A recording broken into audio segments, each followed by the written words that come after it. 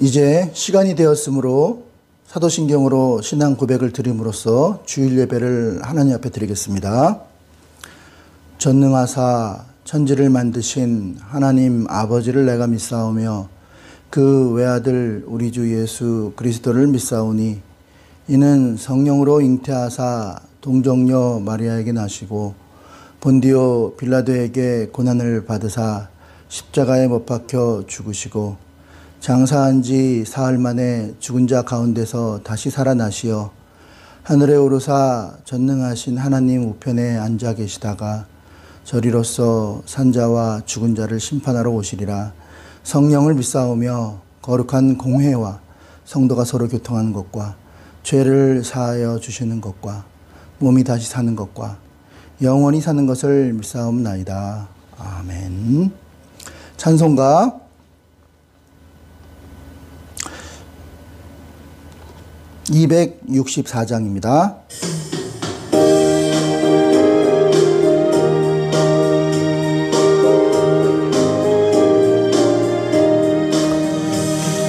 정결하게 하는 셈이 나의 앞에 있도다.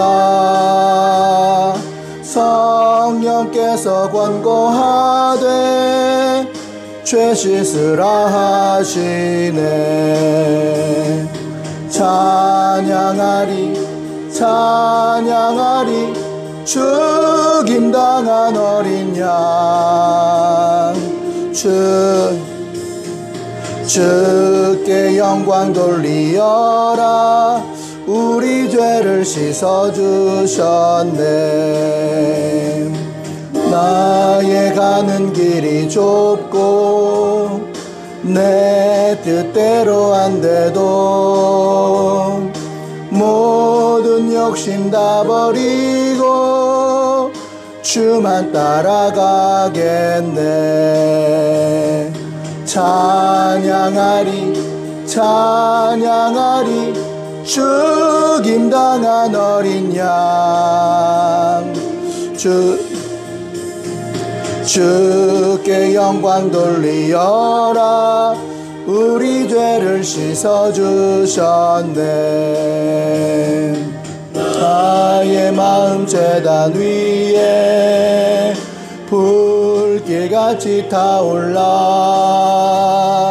영원토록 찬양하며 주께 영광 돌리네. 찬양하리 찬양하리 죽임당한 어린 양 주께 영광 돌리어라. 우리 죄를 씻어주셨네.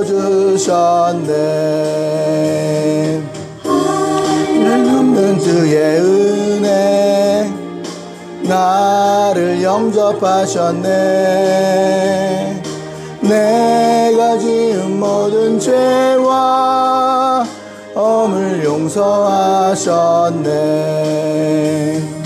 찬양하리 찬양하리 죽임당한 어린 양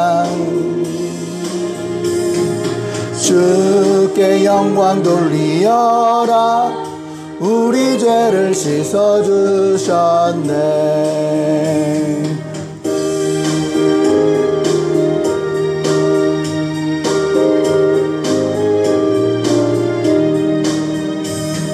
성부 하나님께 영광 성자 예수께 영광 성령님께 크신 영광 모두 돌려드리세. 찬양하리 찬양하리 죽임당한 어린 양 주께 영광 돌리어라. 우리 죄를 씻어주셨네. 아멘. 하나님 말씀을 보겠습니다. 하나님 말씀은 민수기서 25장 1절에서 9절 말씀이 되겠습니다. 구약성경 민수기서 25장 1절에서 9절 말씀 한 절씩 교독하시겠습니다. 제가 먼저 1절 읽겠습니다. 이스라엘이 시딤에 머물러 있더니 그 백성이 모압 여자들과 음행하기를 시작하니라. 그 여자들이 자기 신들에게 제사할 때에 이스라엘 백성을 청하매 백성이 먹고 그들의 신들에게 절하므로 이스라엘이 바알 부올에게 가담한지라. 여호와께서 이스라엘에게 진노하시니라. 여호와께서 모세에게 이르시되 백성의 수령들을 잡아 태양을 향하여 여호와 앞에 목매어 달라. 그리하면 여호와의 진노가 이스라엘에게서 떠나리라. 모세가 이스라엘 재판관들에게 이르되 너희는 각각 바알 부올에게 가담한 사람들을 죽이라 하니라. 이스라엘 자손의 온 회중이 회문에서 올 때에 이스라엘 자손 한 사람이 모세와 온 회중 앞에 미디안의 한 여인을 데리고 그의 형제에게 온지라. 제사장 아론의 손자 엘르아살의 아들 비느하스가 보고 회중 가운데에서 일어나 손에 창을 들고 그 이스라엘 남자를 따라 그의 막사에 들어가 이스라엘 남자와 그 여인의 배를 꿰뚫어 두 사람을 죽이니 연병이 이스라엘에서 그쳤더라. 그 연병으로 죽은 자가 24,000명이었더라. 아멘. 자, 오늘의 말씀의 제목은 한번 다시 읽어보겠습니다. 오늘 말씀의 제목은 중심의 혼탁함은 누가 씻어주나. 다시 한번 중심의 혼탁함은 누가 씻어주나 라는 제목으로 하나님 말씀을 전하겠습니다. 우리가 하나님을 믿지만 우리가 겉으로 보는 하나님을 믿는 모습하고 정말 중심이 속에 하나님을 믿는 모습하고 같으면 참 좋겠지만 같지 않을 수가 있을까요? 없을까요? 있을 수가 있습니다. 겉으로 보기의 모습과 그 속의 모습이 다를 수가 있다는 거예요. 성경에 많은 인물들이 있지만 하나님 앞에 신실하게 쓰임 받았던 인물들을 보면 겉보다는 그 속, 중심이 깨끗한 사람을 하나님이 사용하셨던 것을 보게 됩니다. 그런데 이 속은 잘 보여요? 안 보여요? 잘 안 보이죠? 그러다 보니까 사람들이 겉모양만 보고 판단하고 속을 때가 많이 있더라는 거예요. 겉모양은 괜찮은데 속이 괜찮지 않은 경우가 많이 있더라는 거예요. 사람은 겉모양을 보지만 하나님은 중심을 보시기 때문에 하나님은 그 중심이 어떤지, 중심이 문제가 있는지 문제가 없는지를 하나님은 아시기 때문에 사람은 속일 수 있어도 하나님은 속일 수 없죠. 그래서 하나님 앞에 쓰임받는 자의 가장 중요한 요인이 바로 뭐냐면 겉모양도 있지만 겉모양도 중요하지만 훨씬 더 중요한 것은 바로 중심이 진실한 사람이냐, 중심이 깨끗한 사람이냐 하는 것입니다. 하나님의 말씀이 이 성경책은요, 윤리 도덕의 책이 아니에요. 잘했다, 못했다, 잘하면 복받고 못하면 벌받고, 이 사람은 옳고 저 사람은 틀리고, 이 사람은 죄가 많고 이 사람은 죄가 없고, 이 사람은 죄가 더 많고 이 사람은 좀 덜하고, 이러한 수준의 책이 아니에요. 하나님의 말씀인 성경은요, 윤리 도덕 교과서가 아니라 하나님의 말씀은 살아계신 하나님의 말씀, 즉 생명이라 이 말이에요. 그렇기 때문에 하나님의 말씀은 거짓이 없어요. 사람들에게 보이기 위해서 안 좋은 거는 숨기고 좋은 것만 드러내고 그런 책이 아니라는 거예요. 겉보다는 속이 훨씬 더 중요하기 때문에 그 속에 대한 문제, 속에 대한 진실을 다루는 책이 바로 성경이다. 중심의 진실을 다루는 책이 바로 성경 말씀이라는 거예요.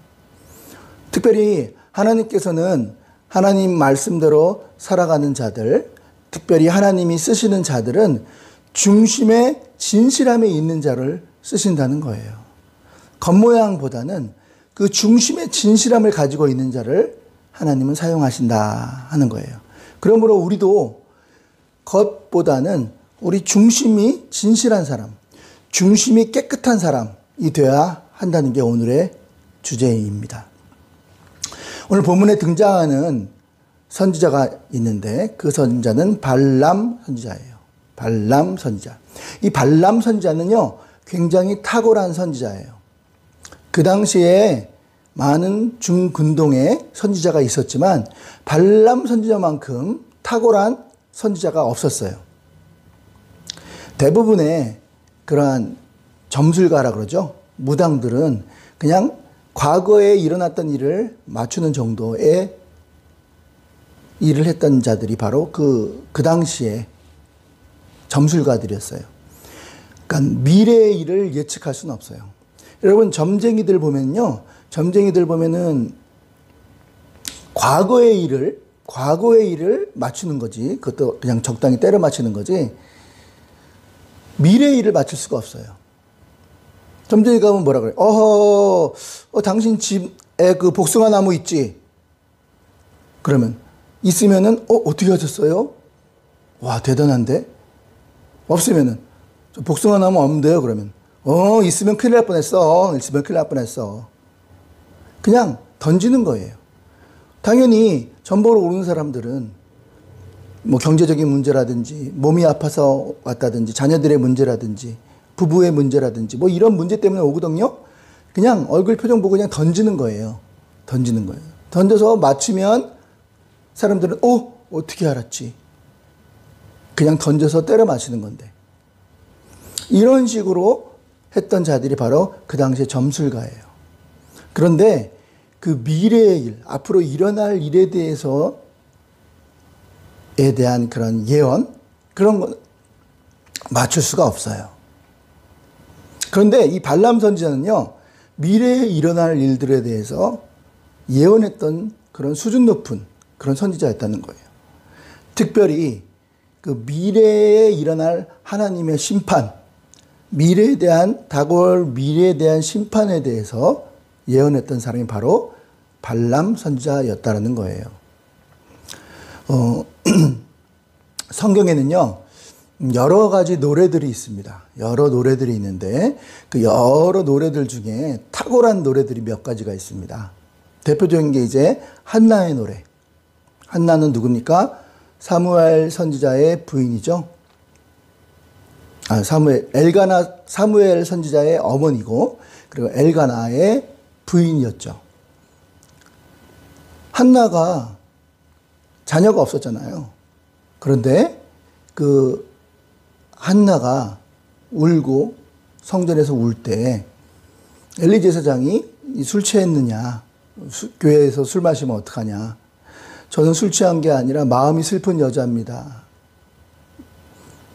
그 엘리 선지자, 그 당시 엘리 선지자는 그 한나의 그 안타까운 심정을 모르고 있었잖아요.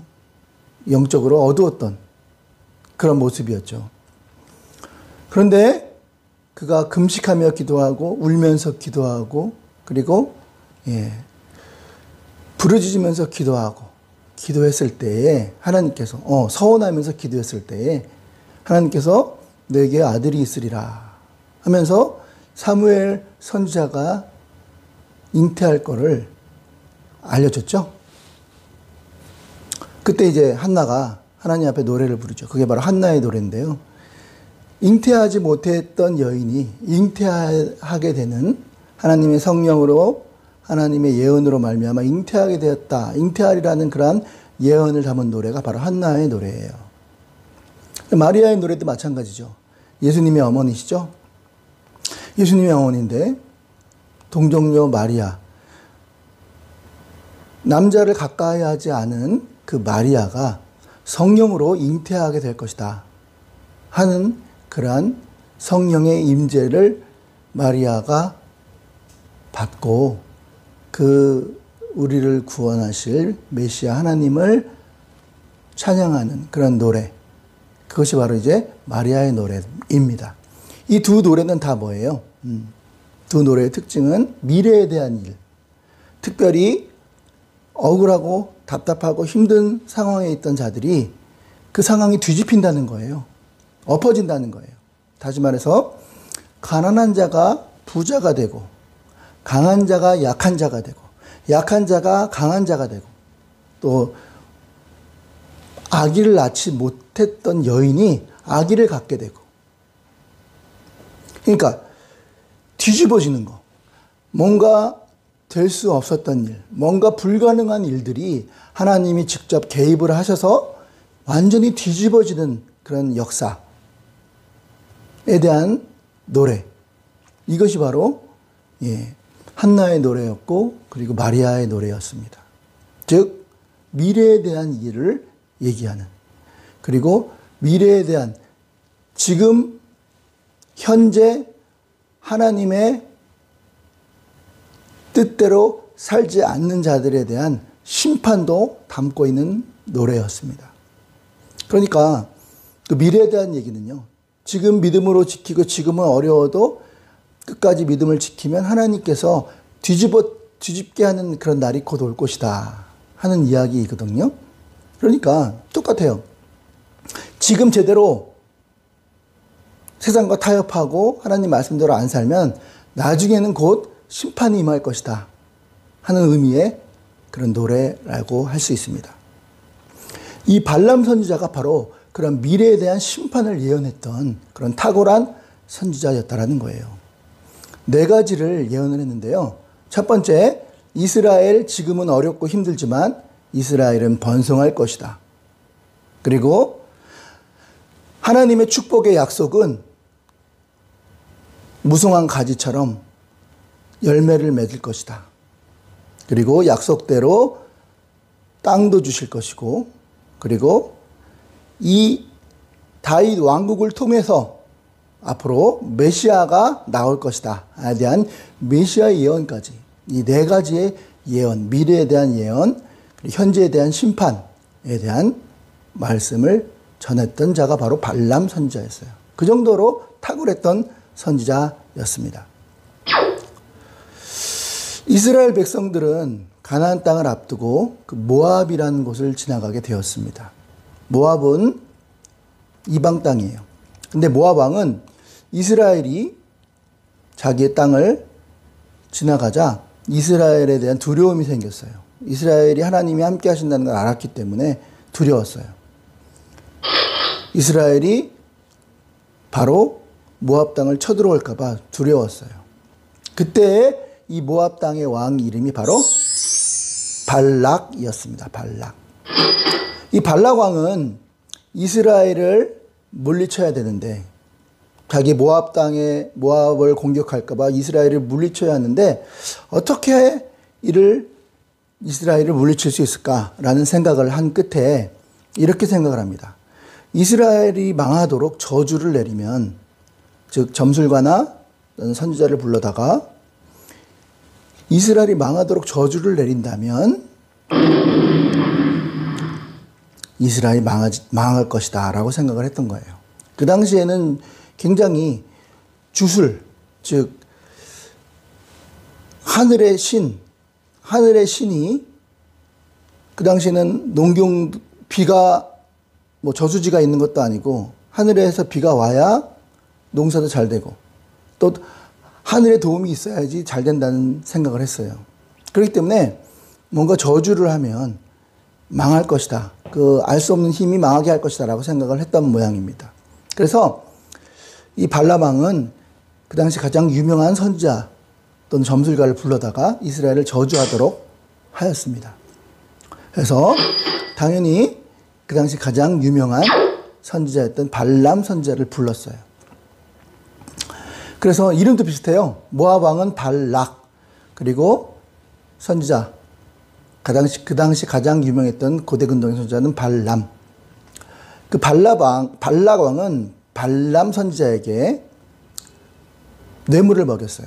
뇌물을 먹이고, 그리고 이스라엘을 좀 망하게 해달라고, 이스라엘을 멸망시키게 해달라고, 저주를 하게 해달라고 이야기를 했습니다. 자, 그런데 발람은 선지자잖아요. 그래도 선지자잖아요. 겉으로 보기에는 훌륭한 선지자예요. 훌륭한 목사님이에요. 그러면 목사님이 아무리 돈이 좋다고 하더라도 저주를 하게 해달라고 부탁하는 거는, 이거는 맞는 거예요? 틀리는 거예요? 맞지 않죠.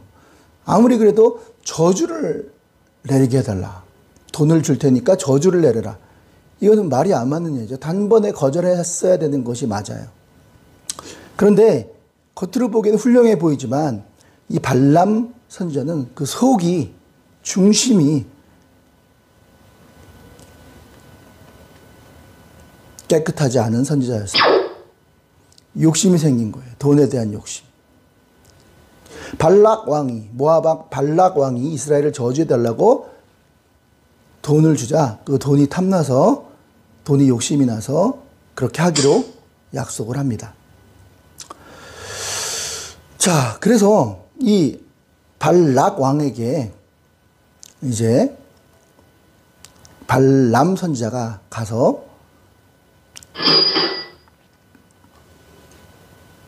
뇌물을 받고 저주하려고 가는데, 하나님께서 당연히 가라는 걸 허락하셨을까요? 허락하지 않으셨을까요? 당연히 허락하지 않으셨죠. 하나님 선지자가 그때 하나님 백성을 저주하라는 걸 돈 받고 하나님이 허락하시겠어요? 아니죠. 이 소식을 들은 발람 왕은 어떻게 했습니까? 2배로, 3배로 더 많은 돈을 주겠다. 더 많은 돈을 주겠다라고 했던 거예요. 그러자 결국은 이 발람 선지자는 그 돈이 탐나서 저주를 하기로 합니다. 그리고 이제 여러분 잘 아시다시피 가다가 말이 등장하죠. 하나님의 천사가 못 가게 막잖아요. 발락 왕에게 가는 걸 막잖아요. 근데 이 발람은 하나님 천사가 막는 게 안 보이는 거예요. 그랬더니 막 말이 안 가려고 그러니까 이놈은 말이 왜 안 가냐고 막 말을 때리잖아요. 그랬더니 말이 결국은 특이한 희한한 일이 나죠. 말이 말을 해요. 너 저기 안 보이느냐? 하나님 천사가 막고 있는 거 안 보이느냐? 하면서 말을 했던 그 사건이 일어나는 거예요. 그러면 하나님이 원하시지 않는구나 하고 가지 말았어야 하는데 갑니다. 끝까지 가요. 그리고 발락 왕은 내가 시키는 대로 저주하라 합니다. 자, 이 발람 선지자 한번 생각해 봅시다. 하나님의 탁월한 도구였던, 미래를 예언하고 다른 선지자와 달리, 다른 점술가들과 달리 미래를 예언했던 탁월한 선지자였던 이 발람 선지자. 얼마나 유명했으면 모압 왕이 600km라는 그런 거리를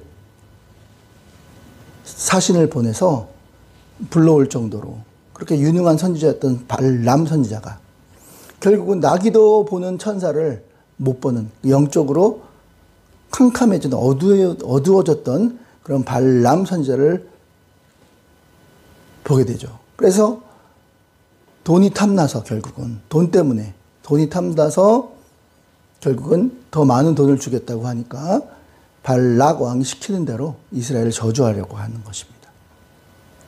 이거 뭐 말이 말을 했다라는 동화 같은 이야기로 끝낼 게 아니에요.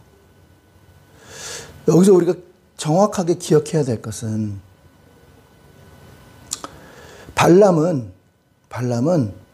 돈의 탐욕 때문에 예언하다가 돈의 탐욕 때문에 머뭇거리고 결국은 하나님의 말씀을 전하지 않았던 그러한 선지자였습니다.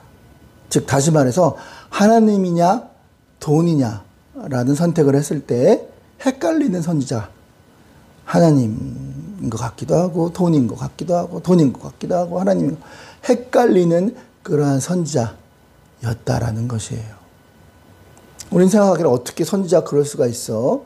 어떻게 선지자가 아무리 돈이 좋지만 하나님의 말씀을 전해야 되는 선지자가 목사님이 어떻게 그럴 수가 있어? 라고 생각할 줄 몰라요. 그러면서 막 비난을 합니다. 그 사람 나쁜 사람이야. 그 목사님 나쁜 목사님이야. 발람 목사님 나쁜 목사님이라고 비난을 하죠. 그러나 과연 발람만 그런가요? 발람 선지자만 나쁜 선지자인가요? 여기 서 있는 저와 여러분은 과연 하나님과 돈 그 사이에서 둘 중에 하나를 택하라고 했을 때 과연 저와 여러분은 발람 선지자에게 돌을 던지는 것처럼 돌을 던질 만큼 떳떳하냐 이 말이에요. 발람은 헷갈리는 사람이었어요. 어떤 분을 보면요 신앙이 되게 좋아 보여요. 그런데 또 다시 보면 아닌 것 같아요. 신앙이 아닌 그렇게 좋은 게 아닌 것 같아요. 어떤 사람 어떨 때 보면은 다 하나님의 사람이에요. 진짜 신실한. 그런데 또 다시 보면 또 하나님의 사람이 아닌 것 같아. 어떤 사람은 하나님을 사랑하는 것 같아. 근데 어떨 때 보면 또 하나님을 사랑하는 거야. 돈을 또 하나님을 더 사랑하는 것 같아. 헷갈리는 거야. 발람만 헷갈리는 사람이 아니라 바로 저와 여러분도 헷갈리는 사람이 될 수 있다는 겁니다. 이 민수기 31장에 원래 점술가는 이 돈 때문에 모든 것이 움직이는 자들이에요. 그렇죠. 돈을 많이 좀 복채를 많이 준다 그러잖아요. 그러면 운명도 바꾼다 그러잖아요. 이 발람 선지자는 겉으로 보기에는 훌륭한 목사님이었어요. 하나님 말씀을 전하는. 그런데 그 중심이 안으로 들어가 봤더니 중심이 혼탁한 그런 선지자였다라는 거예요. 원래 점술가들은요, 기도해줬더니 병이 낫고, 또 기도해줬더니 대학 떨어졌던 게 대학을 붙고, 또 기도해줬더니 다 잘 돼요. 그러면 자기가 기도한 만큼 잘 되니까 그 기도해준 사람에게 권위가 세워지는 거예요. 아, 저 사람 대단하다. 저 사람한테 한번 기도받았더니 이게 애들 대학 붙고 병도 낫고 저 사람 대단해 하면서 그 발람 선지자, 기도해줬던 발람 선지자에게 권위가 생기는 거예요. 그러면서 이제 자기 자신이 대단한 사람이 된 것처럼 보이는 거죠. 하나님의 선지자도 마찬가지라는 거예요. 하나님의 말씀을 전하는 선지자도 이렇게 돈을 사랑하는 마음이 숨겨져 있으면 결국 나중에 가서는 결국은 하나님을 저버리고 돈을 따라가는, 욕심을 따라가는 자가 될 수 있다는 거예요. 발람도 역시 마찬가지로 그 발락 왕이 더 많은 돈을 주겠다고 하니까 결국은 하지 말아야 될 일, 이스라엘을 저주하지 말았어야 되는데 이스라엘을 저주하겠다고 선언을 합니다. 그런데 하나님이 그를 꽉 붙잡은 거예요. 저주하지 못하도록.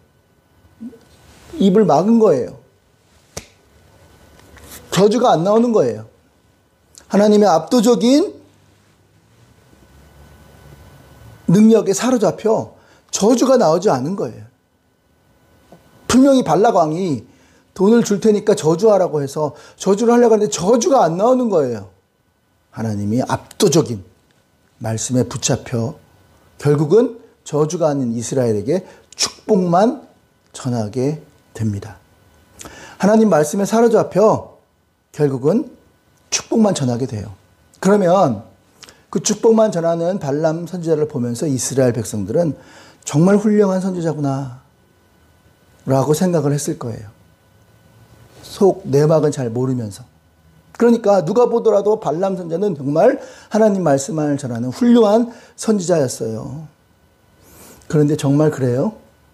정말 그 속이 하나님 말씀만 전하는 훌륭한 선지자였냐고요. 어쩔 수 없이 하나님 말씀에 사로잡혀 하나님의 말씀, 축복의 말씀을 이스라엘에게 전하지만 원래는 어떻게 하려고 했던 거예요?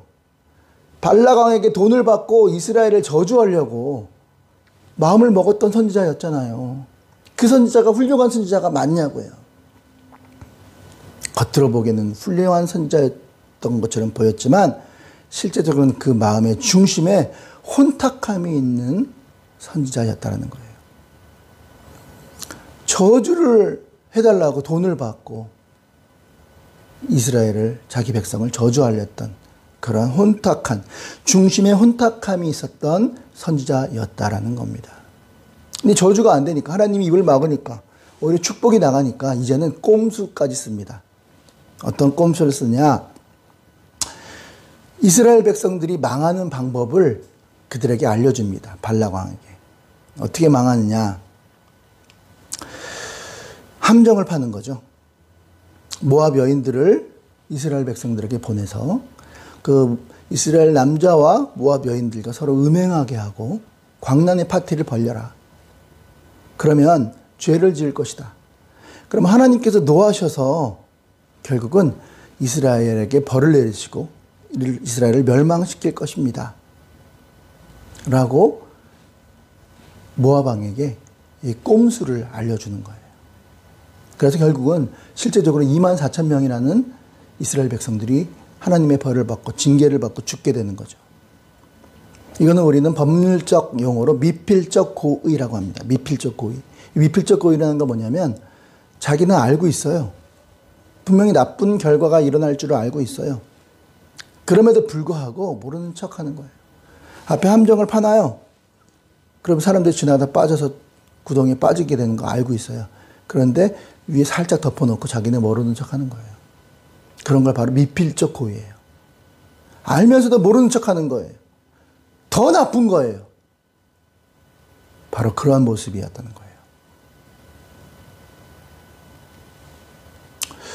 하나님 앞에 범죄하는 건요, 세 가지가 있습니다. 허물이 있어요. 허물은 이게 범죄하는지도 모르면서 범죄하는 걸 허물이라고 그래요. 죄는 범죄한 게 나쁜 건지 알아요. 그런데 내가 연약해요. 연약해서 자꾸 의지가 약해서 자꾸 넘어져요. 그걸 죄라고 해요. 죄악은요, 이게 하나님 앞에 벌을 받는 건지도 알아요. 알면서 그것만 계속하는 거.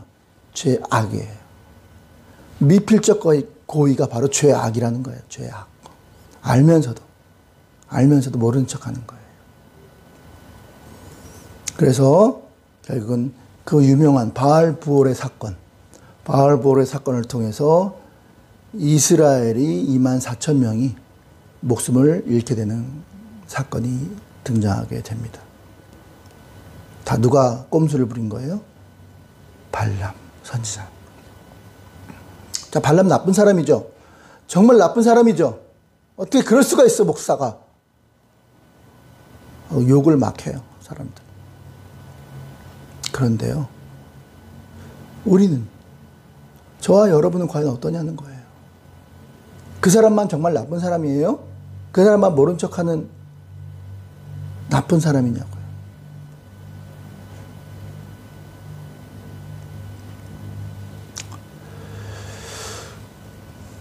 발람이 알면서도 모르는 척한 건 정말 잘못된 거예요. 그걸 말리든가, 만약에 그 일을 알았다면, 누구든지 그 얘기를 알았다면 그렇게 하지 못하도록 말리든가, 또는 그렇게 하지 못하게 선언하든가, 그러면 되는 것인데, 이 발람은 내 손에 피 안 묻히니까, 내 가족하고는 상관없으니까, 나하고는 상관없으니까, 내가 죽냐? 내가 죽는 거 아니잖아. 내 할 바 아님? 내 할 바 아님? 뭐 이런 거예요. 말씀은 전해요. 훌륭한 목사처럼 보여요. 그러나 그 안에는 저렇게 하면 망한다는 걸 알고 있으면서도 말하지 않아요. 그리고 내 할 바 아님? 발람의 특징이라는 거예요. 왜 그렇게 됐을까요? 그 안에는 영혼의 혼탁함이 있었기 때문이에요. 중심에 혼탁함이 있었기 때문에 그는 그렇게 된 거예요. 그는 영혼이 깨끗하지가 않았다는 거예요. 깨끗한 영혼이 아니에요. 자기만 살면 되는 거예요. 자기 가족만 살면 되는 거예요. 다른 사람은 신경도 안 쓰는 거예요. 성경에 많은 인물들이 있죠. 사울왕. 예를 들어 사울왕도요. 중심에 혼탁함이 있는 사람이에요. 영혼이 깨끗한 사람이 아니에요. 그 사위를 다윗이 죽인 자는 만만이요 사울이 죽인 자는 천천이다 하면서 사람들이 다윗을 높이니까 질투가 나는 거예요. 저놈을 죽여야겠다. 실제로는 자기 딸을 줘요. 미가를 주고 사위로 삼고 그래요. 그런데 정말 다윗을 위해서 주는 것이 아니라 이 미가를 통해서 다윗을 올무로 삼아가지고 죽이려고 하는 그런 못된 마음이 있더라는 거예요. 반면에 다윗을 한번 볼까요? 다윗은 죄를 많이 지어요. 죄를 많이 짓습니다. 여러분 아시다시피 밧세바, 충신 우리아의 아내 밧세바를 자기가 가로채잖아요. 그리고 그것을 덮기 위해서 우리아를 최전방으로 보내서 죽이잖아요. 살인까지 하잖아요. 뿐만 아니라 이 사울을 피해서 도망다니면서 4명의 아내를 얻어요. 여자에 약했던 것 같아요. 그리고 다윗은 교만해서 자기의 업적을 드러내기 위해서 인구조사까지 했던 사람이에요. 그래서 전염병으로 이스라엘 백성들이 또 죽어요. 어떻게 보면 다윗만큼 죄가 많은 사람이 없어요. 허물이 많은 사람이 없어요. 그런데 그는요, 적어도 중심은 깨끗했어요. 중심의 혼탁함은 없었어요. 중심의 투명함은 있었다는 거예요. 그러니까 하나님이 다윗을 좋아하는 거예요. 하나님이 기뻐하시는 자라고 하나님은 말씀하고 계세요. 우리가 보기에는 분명히 죄가 많은 사람인데 중심에 혼탁함이 없어요. 중심이 깨끗해요. 영혼이 깨끗한 사람이에요. 내 마음에 합한 자다. 하나님은 이렇게 말씀하고 계신다는 거예요. 저와 여러분은 과연 어떤가요? 저 여러분도 제가 싫어하는 사람, 여러분들이 싫어하는 사람이 있잖아요. 그러면 저 사람이 저렇게 하면 안 된다는 거 알잖아요. 그런데 슬쩍 모르는 척 하는 거예요. 잘못된 길을 가는 거 알고 있잖아요. 모르는 척 하는 거예요. 똑같은 사람이에요. 다윗과, 이 발람과 다를 게 없다라는 거예요. 영혼이 혼탁함이 있는 거예요. 그냥 나만 살면 되는 거예요. 내 욕심만 챙기면 되는 거예요. 영혼이 깨끗하지 않은 자의 모습이라는 거예요. 여러분과 제가 밖에 나갔다 들어오면 손을 씻어라. 부모님 말씀하죠? 목욕해라. 목욕 안 하면 손 안 씻어. 왜 안 씻었냐? 특히 이제 코로나 이런 시대는 더 깨끗이 씻어야 되잖아요. 그런데 우리의 중심의 혼탁함은 어떻게 씻을 수 있어요? 우리 영혼이 더러워진, 깨끗하지 못한 이런 더러워진 영혼은 어떻게 씻을 수 있냐는 거예요. 그 방법은 예배를 통한 예수의 피로만 깨끗하게 씻음받게 될 줄로 믿습니다. 예수의 피 외에는 예배를 통해서, 예배가 뭐예요? 나의 생각과 나의 뜻과 나의 의지와 나의 감정을 다 굴복하고 하나님의 뜻과 하나님의 의지와 하나님 감정대로 살겠다고 나를 죽이는 행위가 예배잖아요. 그러면서 뭐를 의지하고 나가요? 예수님의 십자가의 보혈을 의지하고 나가잖아요. 보혈을 의지할 때 깨끗해지는 거예요. 우리 중심이 회복되는 거예요. 영혼이 혼탁함이 깨끗해질 수 있다라는 겁니다. 어떤 분은 이 중심의 회복을 위해서 엉엉 웁니다. 하나님 앞에 엉엉 울어요. 하나님 어떡해요? 제가 이렇게 사악한 놈이에요. 이렇게 욕심이 가득한 놈이에요. 나만 생각하는 놈이에요.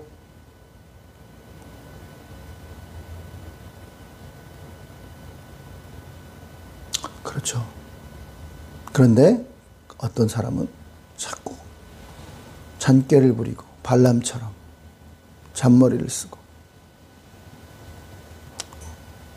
그러면 중심이 회복될 수가 없어요. 영혼이 깨끗해질 수 없다는 거예요. 사울과 발람과 또 다윗을 비교할 때 무엇이 다른 거예요? 이들의 차이점은.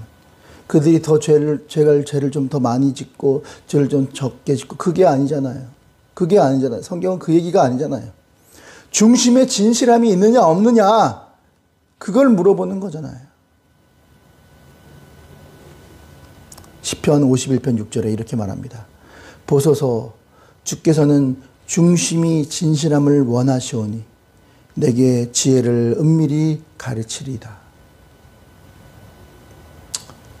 저와 여러분들에게 중심의 진실함이 있습니까? 저와 여러분이 영혼이 깨끗한 영혼입니까? 그렇지 않다면 지금 하나님 앞에 나와 나를 굴복하고 예수의 보혈의 피를 의지하여 중심의 진실을 회복하는 일, 그것이 우선되어야 할 것입니다.